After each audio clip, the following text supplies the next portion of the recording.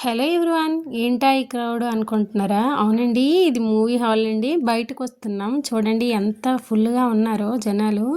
మరి విషయంలోకి వెళ్దాం. మేము వచ్చేసి బార్డర్ 2 సినిమాకి వచ్చాం. బార్డర్ 2 అంటే ఆల్మోస్ట్ పాజిబుల్కి అందరికీ తెలిసి ఉంటుంది. ఈ మూవీ రిలీజ్ అయ్యి 4 days అవుతుందని. మేము ఉండేది పంజాబ్లో. ఈ పంజాబ్లో మూవీ థియేటర్ ఒక్కటే అనమాట. ఈ ఒక్కదానికి ఈ 4 రోజుల నుంచి జనాలు తట్టుకోలేకపోతున్నారు. మేము బయటకు వచ్చేసరికి మీరు చూస్తున్నారు కదా, ఆ చివరి నుండి ఈ చివరి వరకు లైన్ ఉంది నెక్స్ట్ షోకి. నేను మధ్యాహ్నం పనులన్నీ పూర్తి చేసి 12:30కి నడిచొచ్చాము. మాకు 1.5 kilometer దూరం ఉంటుంది, ఎక్కువ ఉండదు. మా వారు లేరు, ట్రైనింగ్కి వెళ్ళారని చెప్పాను కదా. ఇదేదో బార్డర్ సినిమా. మా వారు అన్నారు పిల్లలకి చూపించు, తెలుస్తుంది ఆర్మీ వాళ్ళు పడే కష్టాలు అని. నేను కూడా ఫిక్స్ అయ్యి తీసుకొచ్చాను. నిన్న Jan 26 రిపబ్లిక్ డే కదా, సెలవు ఉందనేసి పిల్లలకి తీసుకొచ్చాను. వీళ్ళైతే మూవీకి రాలేదండి, తినడానికే వచ్చారు. మూవీ హాల్లో వెళ్ళడానికి ఎంత కష్టమో రావడానికి కూడా అంతే కష్టపడ్డాం. అంతమంది జనాలు ఉన్నారు.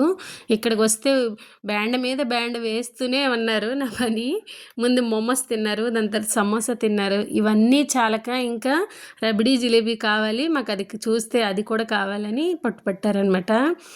కానీలే ఇంకా తీసుకొచ్చాను కదా అనేసి ఇంకా ఇప్పించాను. మొత్తానికి మా పిల్లలైతే చాలా అంటే చాలా బాగా ఎంజాయ్ చేశారు. మూవీ విషయానికి వస్తే ఏ నాన్ సెన్స్ లేకుండా చక్కగా ఉంది.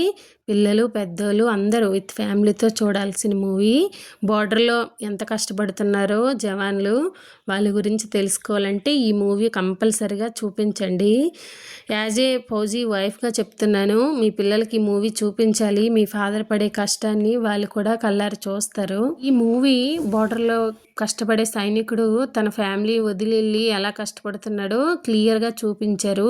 మీకు వీలుంటే గనక బార్డర్ 2 సినిమా చూపించండి పిల్లలకి. I request you. మొత్తానికి మేము ఇలా ఎంజాయ్ చేసాం. ఈరోజు రిపబ్లిక్ డే సందర్భంగా అలా తీసుకొచ్చి పిల్లలతో ఎంజాయ్ చేయించాను. Bye bye friends.